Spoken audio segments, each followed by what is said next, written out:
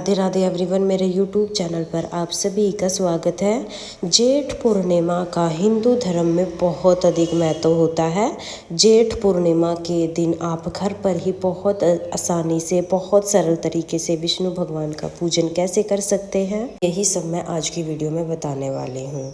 तो सबसे पहले हम जान लेते हैं कि जेठ पूर्णिमा का व्रत कब किया जाएगा। तो जेठ पूर्णिमा का व्रत 29 जून को किया जाएगा। तो जेठ पूर्णिमा के दिन अपने सारे कामों से निवृत्त होने के बाद फिर हम एक चौकी लगा लेंगे और चौकी पर हम पीले रंग का आसन बिछा लेंगे। के बाद थोड़े से फूलों का आसन देकर हम यहाँ पे भगवान विष्णु की फोटो या मूर्ति, जो भी आपके पास स्वरूप है, उनको विराजमान कर लेंगे। साथ में ही चौकी लगा के पूजा करेंगे तो गणेश जी भगवान को भी जरूर विराजमान करेंगे।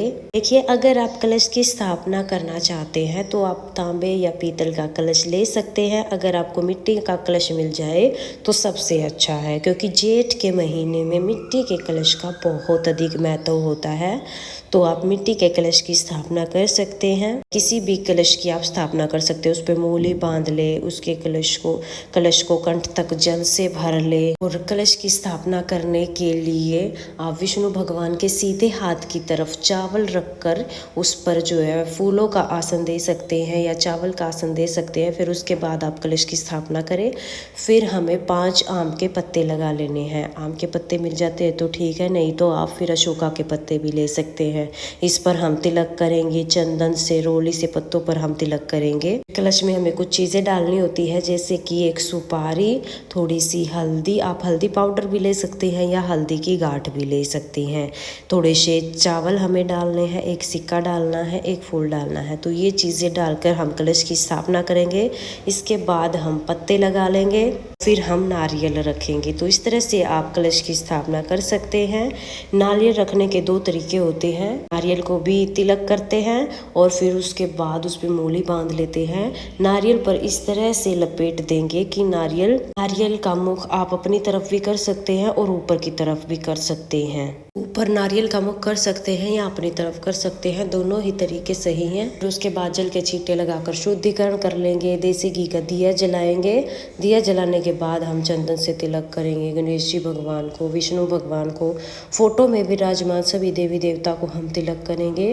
कलश पर स्वास्तिक बना देंगे अगर आपने कलश की स्थापना की है तो। ये एक डेमो वीडियो है, लेकिन मैं पूरी संपूर्ण पूजा विधि आप लोगों को बता रही हूँ। इस तरह से आप अपनी पूजा करें। चंदन नहीं है तो कोई बात नहीं, आप हल्दी से भी तिलक कर सकते हैं। उसके बाद अगर आपके पास जनेऊ है तो आप जनेऊ समर्पित कर दीजिए वस्त्र के स्वरूप, और जनेऊ नहीं है तो सिर्फ कलावा समर्पित कर दीजिए। के बाद अगर आपके पास फूल है तो फूल समर्पित कर दीजिए। माला है तो विष्णु भगवान को माला पहना दीजिए। साथ में ही विष्णु भगवान को तुलसी का भोग जरूर समर्पित किया जाता है, तो तुलसी भी आप एक दिन पहले ही तोड़ के डाल लें।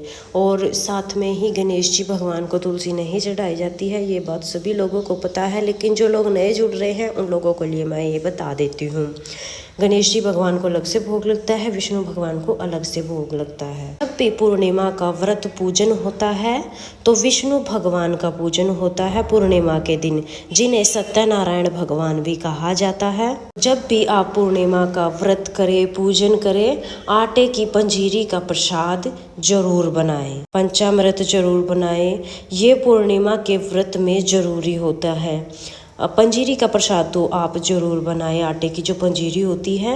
साथ में ही कोई भी ऋतु फल आप समर्पित कर सकते हैं। जेठ का महीना होता है तो आम का फल आप समर्पित कर सकते हैं, खरबूजे का, तरबूज का, जो भी ऋतु फल आपको मिल जाते हैं आप उनका भोग समर्पित कर सकते हैं। मैं आपको बता देती हूँ कि आटे की पंजीरी का भोग कैसे बनाया जाता है। आटे को भून के उसमें बूरा मिला के तब उसमें बनाना काट दिया जाता है। इस तरह से आटे का पंजीरी का भोग बनाया जाता है। इसके बाद हम जेठ पूर्णिमा की सत्यनारायण भगवान की कथा सुनेंगे। कथा सुनने के लिए 1 लोटा जल ले लेंगे और अपने हाथ में फूल ले लेंगे या चावल के दाने ले लेंगे। इसके बाद हम जेठ पूर्णिमा की व्रत कथा सुनेंगे।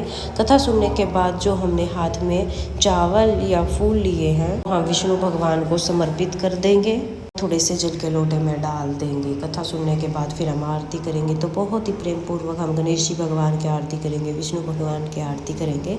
आरती करने के बाद पूजा में रही कमियों को पूरा करने के लिए हम क्षमा याचना करेंगे और अपनी मनोकामना पूर्ण करने के लिए श्री हरि विष्णु से सत्यनारायण भगवान से प्रार्थना करेंगे। पूजा में रही कमियों को पूरा करने के लिए हमें दक्षिणा जरूर समर्पित करनी है। यथासंभव आप कितनी भी दक्षिणा समर्पित कर सकते हैं। पूजा के बाद जो जल का लोटा हमने लिया था वो सूर्य देवता को अर्घ दे देंगे और जो भी भोग प्रसाद हमने चढ़ाया है वो परिवार में प्रसाद रूप में बांट देंगे। और पूर्णिमा का जो व्रत है वो रात को चंद्रमा को अर्घ देने के बाद ही हमारा व्रत पूर्ण होता है। तो सुबह भी आप इस तरीके से पूजा करें, शाम के समय भी आप चौकी पर दिया जलाएं, धूप दीप जलाएं और भोग प्रसाद चढ़ाएं, आरती करें और फिर शाम को चंद्रमा को अर्घ देने के बाद फिर आप अपने व्रत का पालन कर सकते हैं।